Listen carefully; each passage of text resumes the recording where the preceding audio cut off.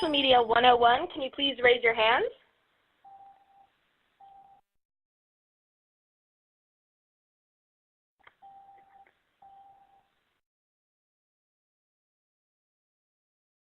Great. All right, everyone, you can put your hands down. We're going to get started. My name is Jackie Tortora. I'm one of the presenters today. I am the blog editor and social media manager at the AFL-CIO. Danielle Hatchett, our social media specialist, will also be running the presentation with myself. She will be going over some case studies, how unions and different people in the labor movement are using social media. So first of all, we're going to talk about, well, what's 1U? 1U is the hashtag for anything union related on Twitter. The AFL-CIO, with all of our affiliates, state feds, CLCs, and locals, has one of the biggest online and social media programs. We've done a great job getting started, but digital work changes fast, and it's important to keep updated on our training and best practices, so our work stays at the cutting edge. In order for us to continually stay competitive and relevant in the online space, we need to constantly learn the most up-to-date online strategies and best practices. There's something for everyone in the beginner new class skills, new ideas, and even new ways to talk about this work so that you can train others if you've been doing this for a while. And we're calling this 1U because it's the hashtag. Now, some of you might not know what a hashtag is. It's a keyword used on Twitter for people to follow conversations. So people are already talking about unions on Twitter. And if you're not on Twitter yet, that's totally okay. Make sure to take our Twitter 101 class, which is coming up in 2 weeks. There is already an important conversation happening online about unions, and we want every member of the labor movement to be part of it so that we can truly be one union. Overview of today is we're going to go over some of the basic tools, social media tools that people within the labor movement are using, with a particular focus on Facebook and Twitter, especially in our case studies, as well as going over some ways that other unions and affiliates and CLCs have been doing great work online already. The agenda, we're going to go over some social media stats, basically who's using social media, what are they doing with it, some mobile social media stats, an overview of some of the social media tools unions are already using, and a few case studies. To get started, I just want to show a short clip of the Social Media Revolution 2013. It's a video by Eric Qualman, who's the author of Socialnomics. It's a really great video. It gives you a bunch of stats in a quick way, and it's very fun. So here we go.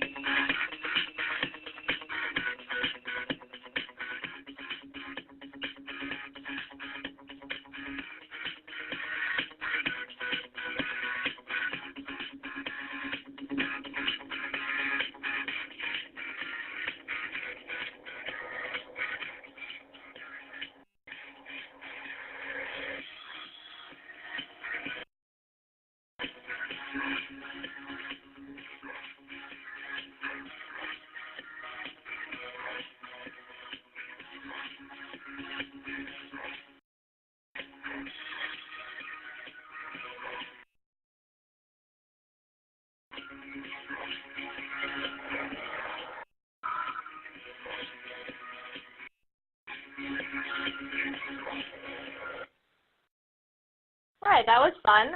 Now we're going to get into a few more stats. 67% of adults worldwide now use social media. To illustrate just how important social media is, we need to look at the ways people are engaging online. The most popular online activity is social networking. Interestingly enough, women are more active on social media than men, 71% of women versus 62% of men. And the 99% of social media users believe organizations should have a presence in social media. All this being said, the importance of having a presence on social media is clear. It's definitely where the people are. Some of the more popular activities on the internet are, of course, email. That's still your #1 activity online. That still reigns supreme. So do not neglect that very important foundation of your digital program. No surprise here, young people are early adopters of social media. 83% of people within the age range of 18 to 29 use social networking. That being said, don't count out seniors and baby boomers. They are the fastest growing demographic that's adopting social media use, and in particular, Facebook. What about mobile? I know some people had some questions about mobile use in the last webinar with Nicole Arrow. Because people are accessing their email and internet by mobile devices, it's more important than ever to stay on top of mobile trends and how it affects the content that you share socially. People are accessing Facebook and Twitter on cell phones and other mobile devices is rapidly on the rise, and many are predicting within just a few short years, more people will be accessing the internet on mobile devices than traditional desktops. This affects the kind of content that we want to share on our social media platforms. And here are some stats that reflect just how widespread mobile social media users are. For Facebook, more than a third of its user base is accessing the site on mobile devices. On Twitter, 50% of users are mobile, and there are more than 200 million YouTube views on mobile devices per day. So after all that, we kind of want to ask ourselves, well, why social media? We've said it before, but it's worth repeating.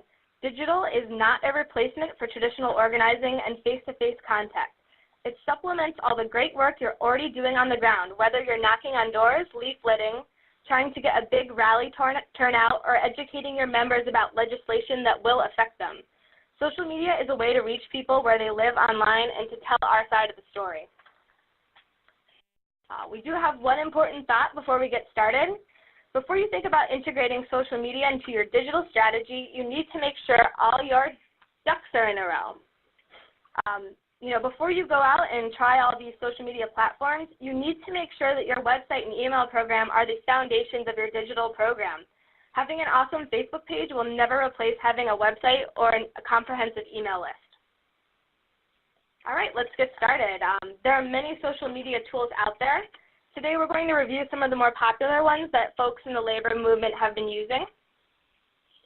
This is sort of a fun little graphic we found online. Before we jump into all the social media platforms, here's a little graphic that explains what the social media platforms are in 6th grade English.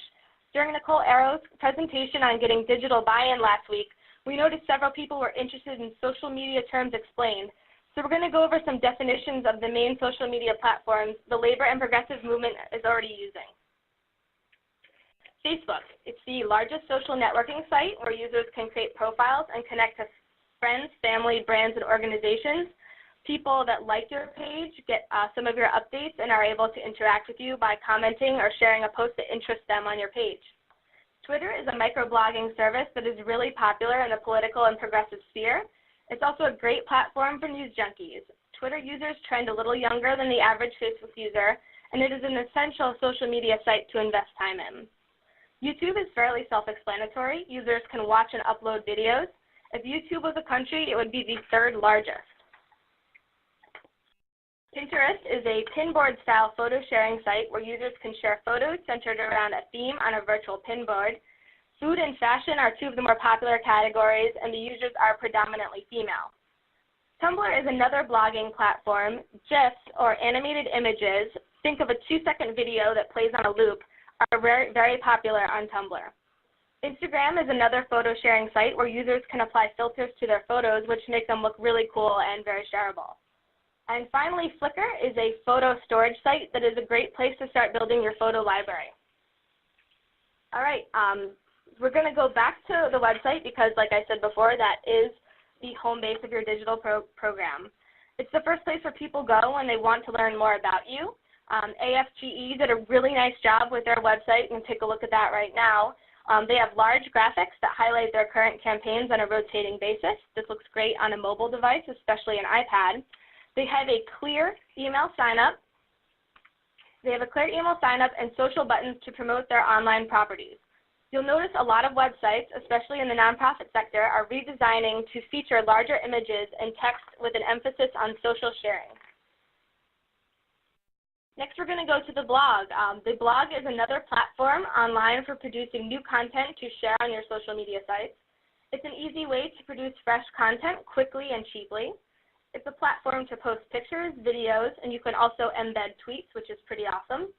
Having a blog also helps improve your search engine results for your website, especially if you write titles full of relevant keywords on newsworthy topics. When you write a blog, it's important to include photos and videos since the internet is a visual medium. All right, Facebook. That's what I think everyone's been waiting for. Facebook is the most popular social media platform. As you begin to build your social program, invest time into building a Facebook page that engages those that like your page. Tomorrow I'm doing an intro training on Facebook 101, and we'll go into great detail how to sign up for your Facebook page, create groups and pages, and post content that people will want to like and share. So I hope a lot of you come back tomorrow, same time.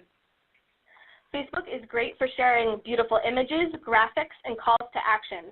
Since more people have a Facebook profile than any other social media platform, it's important your union, local, or CLC has a presence there. If you don't have the authority to run an official Facebook page, Facebook groups might be something you want to explore. And again, I will discuss that tomorrow in our breakout session.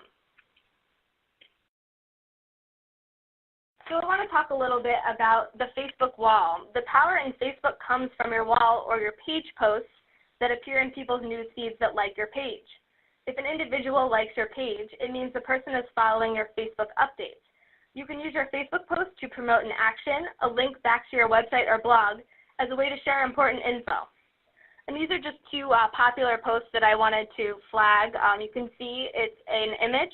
It has text over the image, and we asked people in the intro to share this image if they agreed with everyone getting a living wage. And you can see that we had over 4,448 shares. So sharing content like that is a really good idea when you're starting to strategize your posts.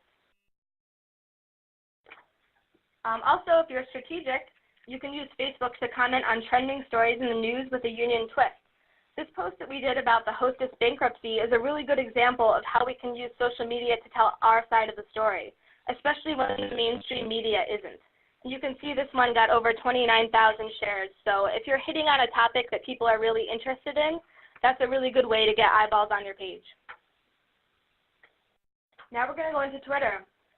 There are more than 200 million active users on Twitter each month, and you can't turn on a sporting event or news broadcast without seeing a hashtag being promoted or people's Twitter handles. A hashtag is a keyword people use on Twitter to follow specific conversations around a topic or event. Remember when we discussed earlier the hashtag #OneU? That's what people in the labor movement use to talk about unions when they're organizing on Twitter. Twitter is great for sending live updates from rallies and events, hosting tweet chats or Q&As, engaging with reporters, and posting breaking news. And just one example of this is last December, we had Richard Trumka send out a tweet around the whole sequester fiscal cliff. That led to that tweet being reported in the New York Times. So that's pretty cool. And we've seen success at the AFL-CIO using our officers' Twitter accounts as a way to get quoted in the press. If you're actively tweeting around a piece of legislation being passed or a major news event where you have skin in the game, your tweets can be really valuable to reporters. And this is especially true if you've taken time in advance to interact with those reporters on Twitter and to build that relationship. Also, live tweeting events. We've had a lot of success live tweeting different immigration hearings, the various rallies. This was one immigration hearing on the importance of keeping families together. You can see the hashtag #ForImmigrantWomen. That's a keyword on Twitter, so everyone that was tweeting about this particular hearing was using that hashtag, and we had a lot of success with that. Also, hosting a tweet chat. Tweet chats are a way for people to ask questions to organizations or groups on Twitter. Twitter is a great medium for hosting these sort of chats. It can be around a specific topic, broad or narrow. It's totally up to you. And this one was a tweet chat that we held with President Trumka last week around the future of labor and our new convention site. It got more than 2 million impressions and over 14,000 tweets, so it was incredibly successful. Now we're going to talk about YouTube. More than 1 billion unique users visit YouTube each month, and 70% of that traffic on YouTube does come from the U.S. YouTube is a great way to cover your activities in the community and lift up the interesting work that you do. Video can be an extremely powerful medium online. The great thing is you don't need an expensive camera to shoot video. Smartphones and flip cams can get the job done pretty easily. Some unions even use YouTube as a way to broadcast mini newscasts or news segments. Anyone can create a YouTube channel. It's free. Stay tuned for our training later this summer with Mary Matthews from the Transport Workers Union. She puts together really great videos, and we're really excited to have her as a guest trainer. One thing I will stress as you're looking into videos is keep them short. People have an extremely short attention span online. If you're looking to get a message across quickly, you may want to keep your videos to a minute or less. Pinterest. Now this is one of the newer social media platforms. It's an online pinboard, a visual take on social bookmarking sites that rely solely on images and infographics. The user base is heavily female, and some of the most popular boards showcase food and recipes. So you can kind of do interesting things with Pinterest. Union Plus in particular has done a really cool job doing union recipes. Anything union made is really popular. We have a union made board where we pin different food and products that are union made, and people really love that stuff, so it's something to think about. People on Pinterest can either follow you as an organization or specific boards that you post. Instagram is another new photo social sharing tool. It's a mobile app that allows you to add interesting filters to create beautiful photos. You can then share these photos on Twitter, Facebook, Tumblr, and all your other social media platforms. Instagram users do trend on the younger side. And since it is predominantly a mobile app, that's how most people are using it. But you can go to webstagram.com and see some of the photos that other unions are doing. AFT, Nurses United, and several other national affiliates are doing really great work on Instagram. And then Tumblr. Tumblr is a microblogging platform that allows users to post multimedia and other content in a short-form blog. Images and GIFs, or GIFs a lot of people call them, are the most popular posts for Tumblr. You may remember the infamous Romney gas of binders full of women, and other internet memes like that got their start on Tumblr. Working America, the AFL-CIO's community affiliate, does a really nice job posting shareable memes on their Tumblr, as well as reposting quick hits to their blog roundup, which we've highlighted here, so people can also get some substance.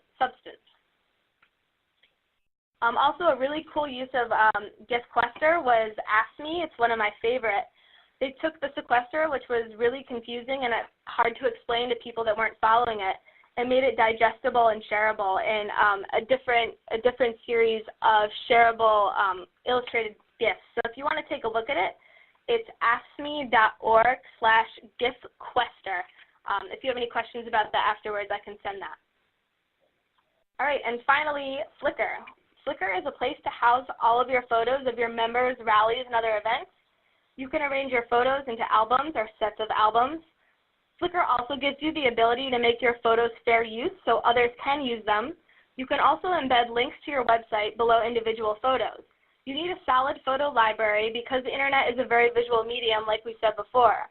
As you move on to creating memes and images to share on Facebook, Tumblr, and other social sites, you need photos to work from. We have a training later this summer on how to create a good variety of photos, how to take photos, and how to create shareable memes, so stay tuned. All right, now you're probably thinking, I don't have time to update 8 social media accounts. This is way too much to take on. But breathe, you got this. We don't expect you to run out and be a guru on every single platform we've discussed. First, figure out your goals, your capacity, then decide which platforms you want to start investing time in. Maybe you have access to awesome videos but less compelling images. If you have no idea where to start, Facebook and Twitter are safe bets. I recommend creating a posting calendar to get yourself organized.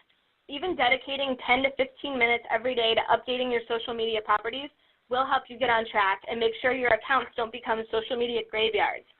And with that, I'll flip this presentation over to Danielle Hatchett, our social media specialist at the AFL-CIO. Hi, everyone. Thanks, everyone, for listening so far. I hope you're still with us.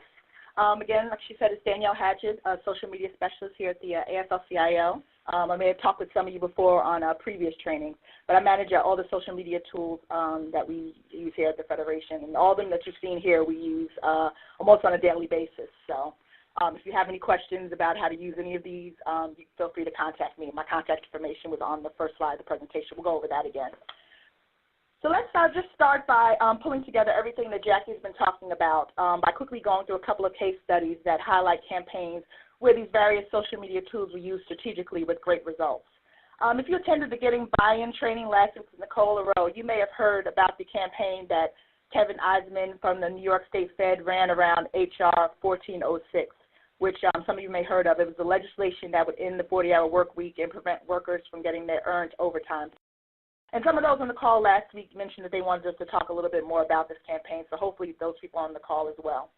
As Jackie discussed earlier, and we wanted to just reiterate, that your website is definitely your home base when building out a digital plan. So the home base for this particular campaign was a page on the New York State Fed website where the email, things like the email letter to Congress lived, as well as you can see here the social icons where you can share out information about the campaign.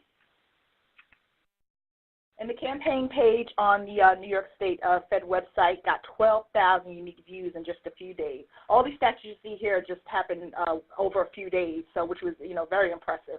It takes, sometimes to get 8,000 shares in an image, it takes several images. So for this to happen over this one image and this to happen over just 3 days is very impressive.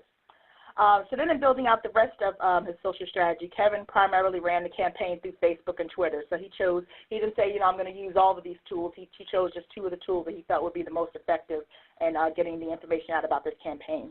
So he chose Facebook and Twitter, and he made several posts on each platform that can then be shared by the followers of the Facebook and Twitter pages.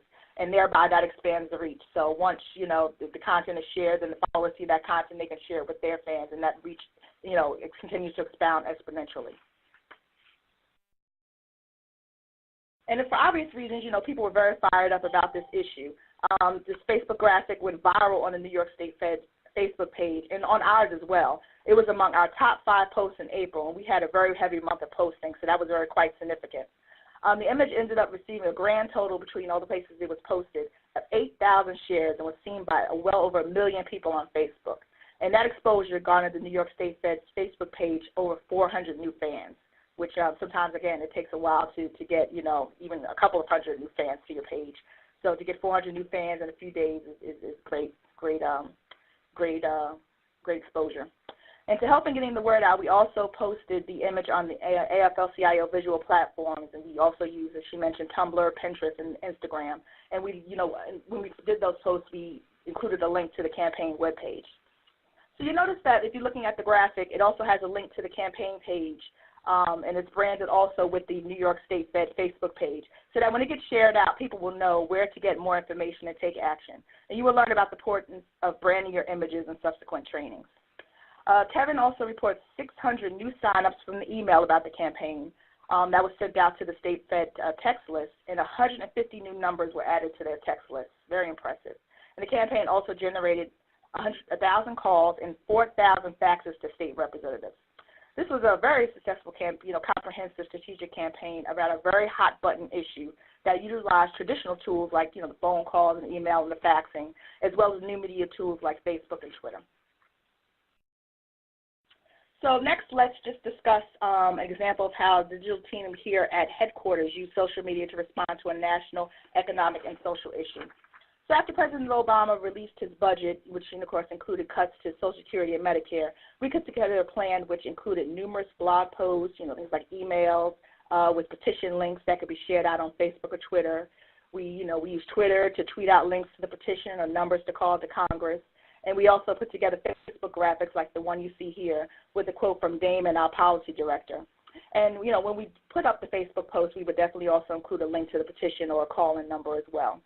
And we also use images from our partner, National Coalition to Protect Social Security and Medicare, which is another tip you'll learn in upcoming trainings.